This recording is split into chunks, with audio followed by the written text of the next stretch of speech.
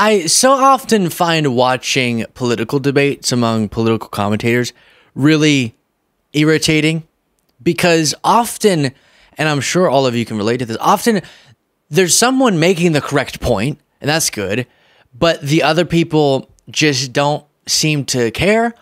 And then if the goal becomes because the person who's not caring about the correct point is just making their talking points blindly, and sometimes both sides are doing that, sometimes then you just want the correct point person to dominate and destroy the other person, rhetorically, of course, but then it doesn't come off that way. It doesn't feel like obviously a slam dunk to everyone.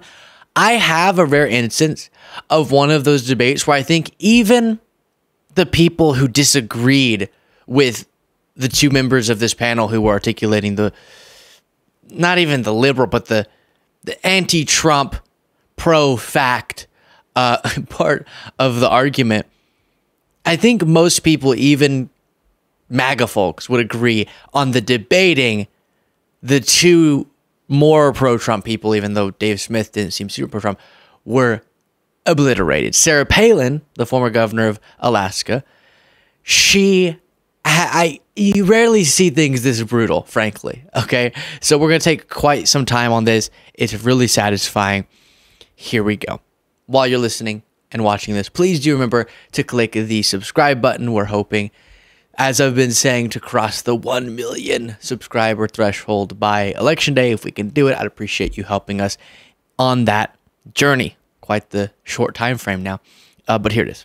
As governor, because she's on her own here, getting attacked by three brutal males. And I wanted to talk about energy and America's... Yeah, finish your point. What you said was false about energy. Facts matter too. America has record energy production right now. No.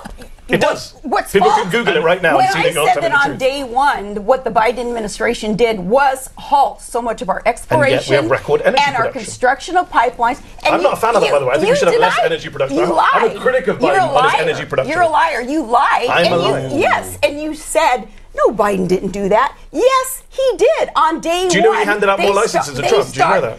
I'm making the point that you denied. My point is true. Destiny said energy's higher, and you said no. So if anyone lied, you did. Listen. People can deviate. And let me say, the members of this panel, I should have said this earlier, on the left of the screen, completely when there's a wide shot, you have Streamer Destiny.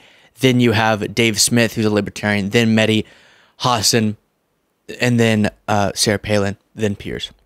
They can rewind it and see you saying a false statement. Let me ask this question. Is energy production higher today? You don't think that Biden is energy production higher under Biden than Trump? And you just is energy production higher, Sarah Palin? It's a very simple question. I know facts are not your strong point. Is energy production higher today under Biden than under Trump? It's a simple yes or no question. You're an obnoxious. See, facts don't care about. Okay, so no.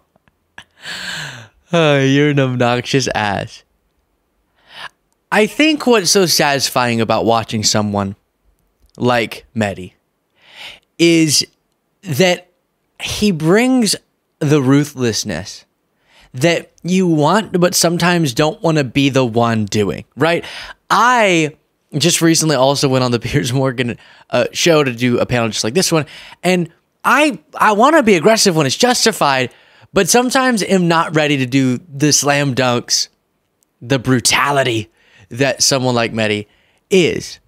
And so he there correctly points out, I don't care if you feel like the Biden energy policies yielded worse energy output, because right now we are producing more than ever, specifically oil production as well. So you can't lie about what's going on there. Even in the case of Mehdi Hassan, he's saying that he disagrees with the fossil fuel production at the levels that it currently is. But even he can acknowledge what the fact is there. Sarah Palin struggles with that. And you're going to see throughout this debate, that's very much the case. This next one is on just, I guess this is just another silly Sarah Palin moment. Then we'll get to some more substance. Well, let's talk about Kamala and her position. Okay. Are you saying Kamala or are you saying Kamala? I say Kamala because I don't see any point in deliberately mispronouncing her name. Like Trump does every single time he speaks. Well, I don't want Barack Hussein Obama. Like yeah, Hussein. What kind of strange moment was that? So Kamala, do you say Kamala or do you say it incorrectly. I would hope he just says it correctly like it's pronounced.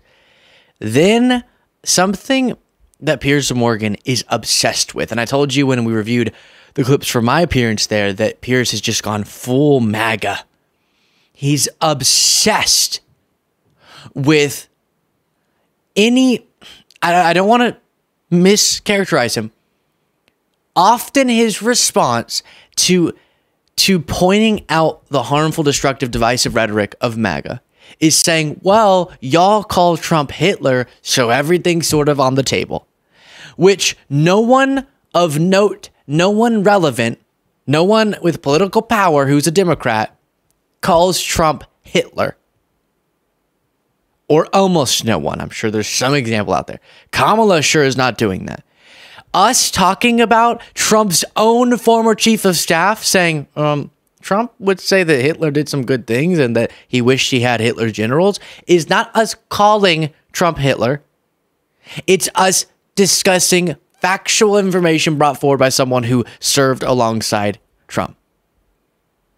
But Piers feels like it's the shutdown of every conversation to go, you'll say he's the new Hitler.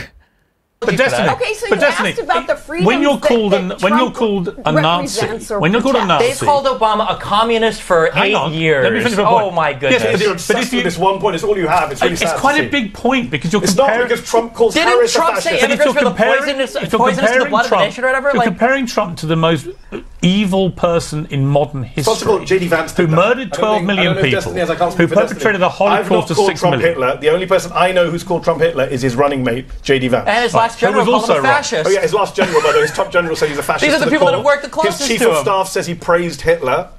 Should we go down the list? Well, they didn't praise Hitler. Do you know more about Trump? I know you're friends with him. He said he would like to have had the loyalty of Hitler's generals. That's not true. He said that's not true, Piers. Let's be some facts. He said, "quote." He said, "quote." Said that or not? Hitler did some good things, is what he said. He denies that. He denies saying that. Oh, Trump denies it. The Charlottesville rally. How do you know he did? Piers, you trust Donald Trump over General John Kelly. Just say that to the world. I want to hear you say it. Possibly on that. Not possibly, do you? Yes or no? It's been denied. So by other people who were in the room. Lies in every breath. Other people. I don't dispute that he has a problem with the truth, but I would say that other people who were in the room at the time say he never said it. So let's just be clear. All of the top generals and military people who worked with him: Mark Milley, John Kelly, Jim Mattis, H.R. McMaster. They're all fired, Mark right? Esper. None of them were fired, actually. No, McMaster quit. Mattis quit. Kelly quit. So you're wrong again, Piers. Piers, facts matter, Piers. I know you're pushing. When you say quit, what do you mean? They literally walked away. Or they were forced away. No. Let me finish because you're getting this all wrong. I know you get your talking points from Fox these days. Well, you did. You just said something that Fox says. John Kelly walked away. I sit in the Liberal chair when I did the fire. John Kelly walked away and Trump praised him on the way out. Mattis walked away, Trump praised him on the way out. The only time Trump started criticising them is when they pointed out stuff that he had said to them. So all these generals are lying, and Donald Trump, a man who has problems with the truth, to use your phrase, is telling the truth. Come on, Piers, it's embarrassing. It's just flawless. This is a really one-sided debate. It is. Throughout the whole thing, it was just therapy for anyone who's been dealing with really upsetting debates with MAGA folks for years. Just, one slam dunk after another. And it's really satisfying because even the defenses, sometimes, for example, I would not have remembered off the top of my head which ones of the people who have spoken out against Trump fired or quit or at the end of the administration spoke out but sort of saw it through or resigned right at the end. Some of that can get sort of muddy, but there Mehdi was able to very quickly knock down the one defense. The other one is, well, people in the room said that never happened. People in the room win. John Kelly just said that Trump would often bring this up. How do you... A person who was in the room when he said the thing that he didn't say? That doesn't make any sense. And Piers looks like he just got gobsmacked. He looks gobsmacked? I don't know if you can be gobsmacked. I don't know. He looks very guilty when he goes, yeah, maybe I believe Trump on this over all of those people who have much better records with the truth than Trump. Then you have this on the same topic. afterwards. We'll do one for you. But my point is, it wouldn't be long before the Hitler stuff comes out. And honestly, on a scale of offence, calling someone the new Hitler, isn't that actually worse than anything else? First of all, I was at the DNC. I sat there 6 hours every night in a very uncomfortable... And this was Piers saying that if you really believe it's so bad that the terrible things were said at Trump's Madison Square Garden rally, I'm sure if you had a 6-hour Kamala rally, some terrible things would be said. And Mehdi is pushing back. Hitler, isn't that actually worse than anything else? First of all, I was at the DNC. I sat there 6 hours every night in a very uncomfortable seat. Nobody called Donald Trump Hitler from the stage. So your argument falls apart. Let's talk about what actually happened last night. The governor can do whataboutism. I don't know why you're doing the whataboutism. Let's talk about what happened last night. Well, can I call it as I see it? Let me finish my point. Before Trump even got on stage, we had the Puerto Ricans, the Jews, the Palestinians, effing illegals, pimp handlers, antichrist. That was all there.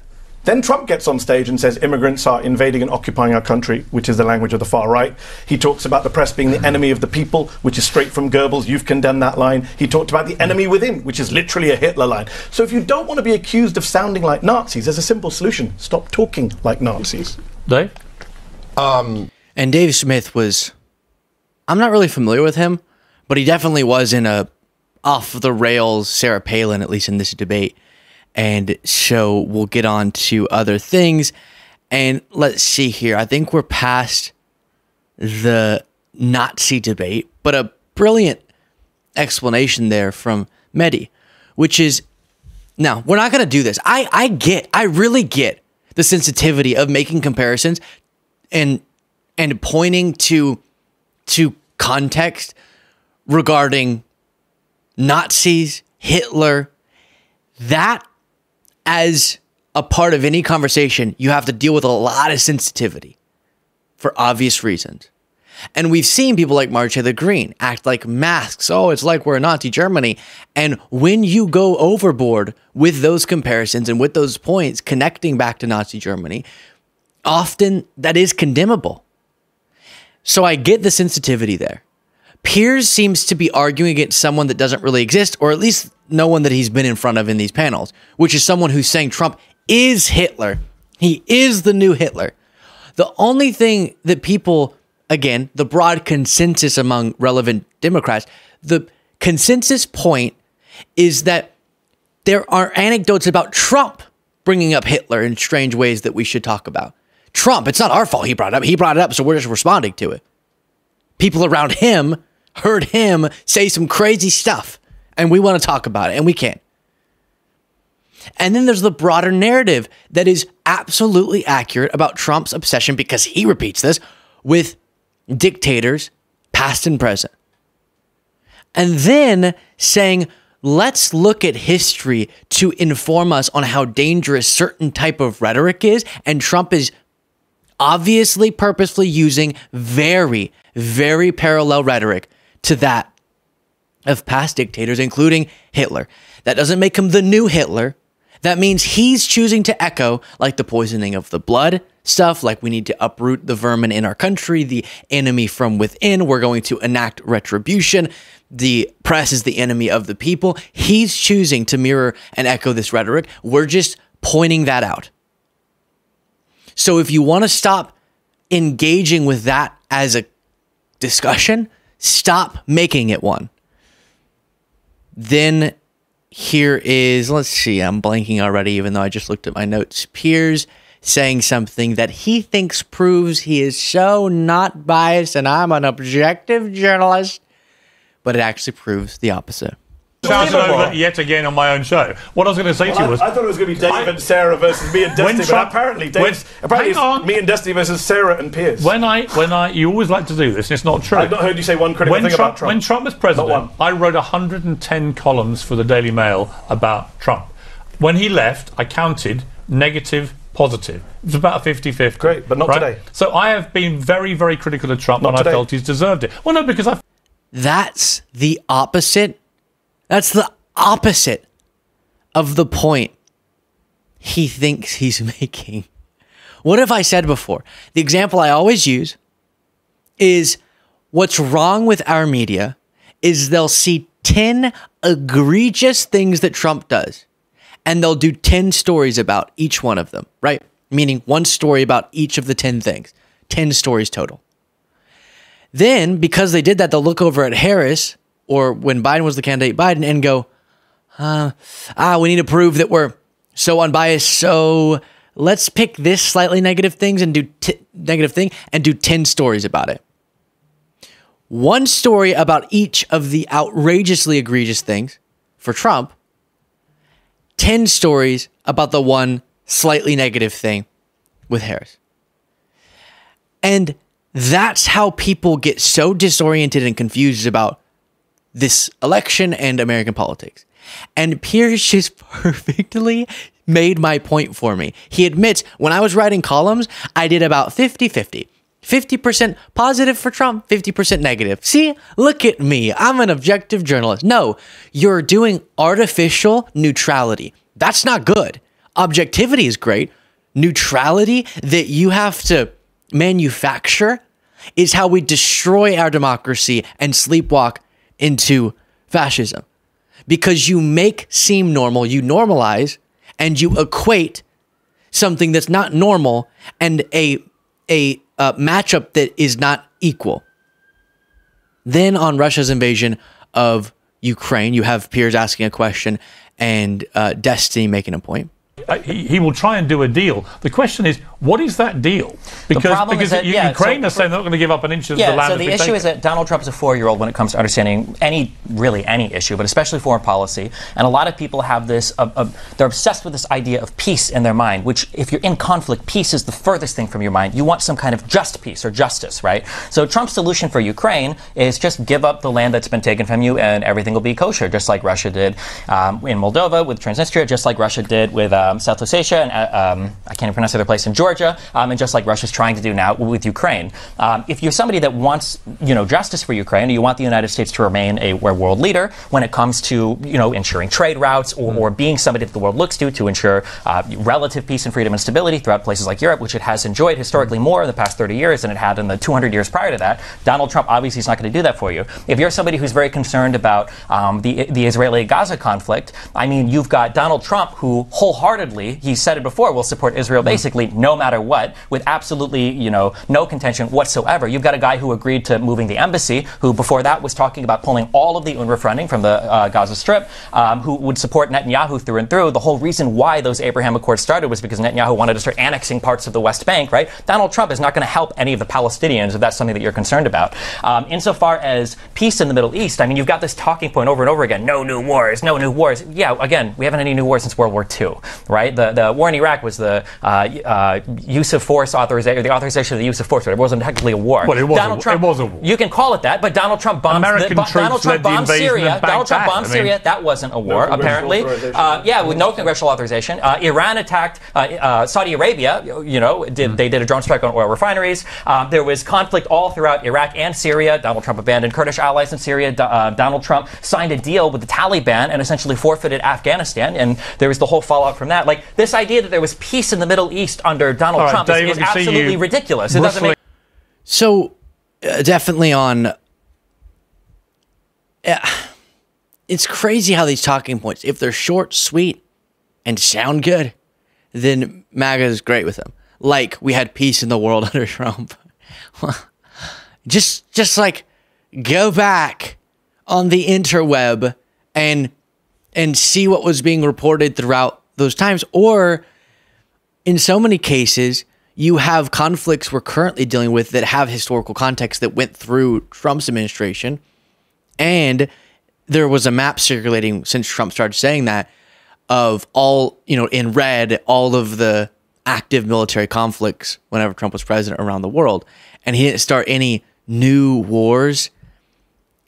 Okay, he engaged in military conflicts, as was listed off there. And he promised to get us out of Afghanistan. He didn't, but he did put a lot of things into place that then Biden had to... Biden also promised to do it, and he did follow through. But a lot of the operational things that had been put into motion, like the deal with the Taliban, Biden then had to inherit as a part of his process. And then Trump turns around and blames Biden for every little part of that. And Biden is not even pointing fingers, just saying, I was the president, I made the decision, and I take full responsibility but do stand by the decision to get us out of Afghanistan. So if your metric is just how many wars were we in or not in or got out of, Biden actually followed through on a promise that Trump didn't fully follow through on because he was going to do it right in the beginning of the second term or something. And there's so many misleading things on that. Also, of course, when Trump talks about peace in so many scenarios, he either means giving everything to one of the sides, or he's talking about a fantasy where he gets both on the phone and goes, "I'm Trump, so do it." And they go, "Okay." Then the last clip. Winning. It will be on those two issues. We agree for the first time in the show. I agree with you that the polling is bad on the economy. The Americans, the vibes are bad on the economy. That we're not better But the off point today. Destiny made just now is that facts also matter. So, I thought it was a conservative line, facts don't care about your feelings. I don't care that Americans feel bad about the economy. The numbers are very clear. Every economist says the same thing. Every survey shows the same thing. Real wages are actually higher today than they were in September 2020. They are. Real wages are higher. Real wages, you know what real wages are? What do you mean not factoring? No. Real wages factoring inflation, Sarah Palin. No. That's what real wages are. Factoring inflation, Exactly. real wages are higher Factoring, today and no, than they're in not. September No, they're 2020. not. In fact, wages have outstripped prices for the last 20 straight months. Household net worth is at a record high. Unemployment is at a 50-year low. We now have 6 million fewer people unemployed. So why do the vast majority of Americans feel worse off? Sorry? Are they all lying about I think being worse inflation off? took a toll, huge toll. So they are worse off. But the inflation's now down, right? No, We're at but the lowest inflation rate since are they February worse off 2021. No, because now I am really doubting so much about. It's scary when I'm watching a lot of these Piers panels. I'm so confused. I almost would find it easier to contend with that Piers is just feels like he has to say these things to play to his conservative audience, because what do you not get what Mehdi's saying? The pandemic and the post-pandemic era was painful, so people have been left with a feeling that the economy is still bad. And it takes a second. It takes years in many cases for a recovery to then be reflected fully. And then, yes, while one line I would disagree with from Mehdi, I do care about how Americans feel about the economy. But there is a part of this that is an exploitation of pain by Republicans in the interest of misleading people about the cause of that pain and misleading people about what that would be like if it weren't for many of the successful policies under Biden-Harris as a part of this recovery. NBC News reports inflation versus wages, how rising prices stack up against growing pay. On average, wages have risen faster than prices since the onset of the pandemic, and lower paid workers have seen the steepest gains even while facing the highest cost burdens. And it goes through exactly what Mehdi pointed out here, which is that while, yes, prices increased, luckily we had, at least for the second part of the handling of the pandemic, adults in charge who were able to oversee a recovery that yielded really strong wage growth that helps to balance us back out the global phenomenon of inflation so that people's purchasing power is the same or now actually better than it was back right before the pandemic. That's good news. Doesn't mean people aren't in pain. The prices still don't absolutely weigh as a burden. And this doesn't impact every single person. Not every person's reflected in the average. Every person is a part of the average, but every person's experience, you can have different experiences and people who haven't felt the effect of these increases. But wandering around in a political landscape where even people who portray themselves to be, I'm serious, I'm not a partisan journalist, as Piers does, who then perpetuate an idea that could lead to America selecting a guy who would actually be worse on the very issue that people are pretending like he's good on. Quite the debate, huh? Let me know what you thought in the comments.